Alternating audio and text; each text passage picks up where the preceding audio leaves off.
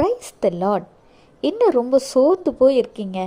உங்கள் வாழ்க்கையில் நடக்கிற பிரச்சனைகள், போராட்டங்கள், துக்கங்கள், வேதனைகள் இவை எல்லாவற்றையும் கண்டு ரொம்ப சோர்ந்து போயிருக்கீங்களா? ஏன் இது என் வாழ்க்கையில் நடக்கு? எதனால் இவ்வளோ போராட்டம்? எதனால் இவ்வளோ பொருளாதார நெருக்கடி அப்படின்னு யோசிக்கிறீங்களா? அதெல்லாம் கண்டு பயப்படாதீங்க. இது எல்லாமே சாத்தான் உங்களுக்கு வைக்கும் ஒரு டெஸ்ட் தான். அதாவது ஆண்டவராகிய இயேசு கிறிஸ்துவோடு நெருங்கி செவி கொடுத்து ஆண்டவரோடு உறவாடி கொண்டிருக்கிற உங்களை ஆண்டவரின் அன்பிலிருந்து பிரிப்பதற்காக சத்ருவாகிய சாத்தான் விரித்திருக்கிற சதி வலை தான் இது. இந்த வலையில் மட்டும் எந்த காரணத்தை கொண்டும் நீங்கள் விழுந்துடக்கூடாது.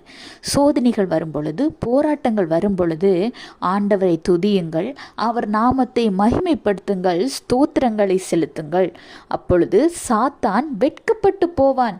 இந்த பையனுக்கு இவ்வளோ போராட்டங்களை நான் கொடுத்த பிறகும், இந்த மகளுக்கு இவ்வளோ பிரச்சனைகளை நான் கொடுத்த பிறகும் இவ ஆண்டவர் மீது இவ்வளோ விசுவாசமாக இருக்கிறாளே, அப்பொழுது இவன் ஆண்டவரின் பிள்ளை, இவள் ஆண்டவரின் மகள், இவர்களை தொட எனக்கு அதிகாரம் இல்லை என்று அவன் வெட்கப்பட்டு ஓடி போவான். அந்த அளவிற்கு ஆண்டவரோட உங்கள் ஐக்கியத்தை இன்னும் அதிகப்படுத்தி கொள்ளுங்க.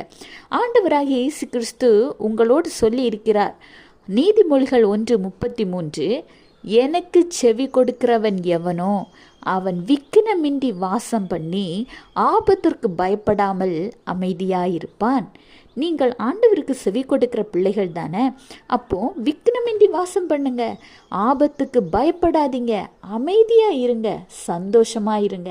ஆனால் அந்த நேரத்தில் ஆண்டவருக்கு ஸ்தோத்திர பதில்களை செலுத்தி துதிகளை ஏறெடுத்து வேதத்தை அதிகமாக தியானித்து ஆண்டவரோடு பேசுகிற பழக்கத்தை இன்னும் அதிகப்படுத்துங்கள்.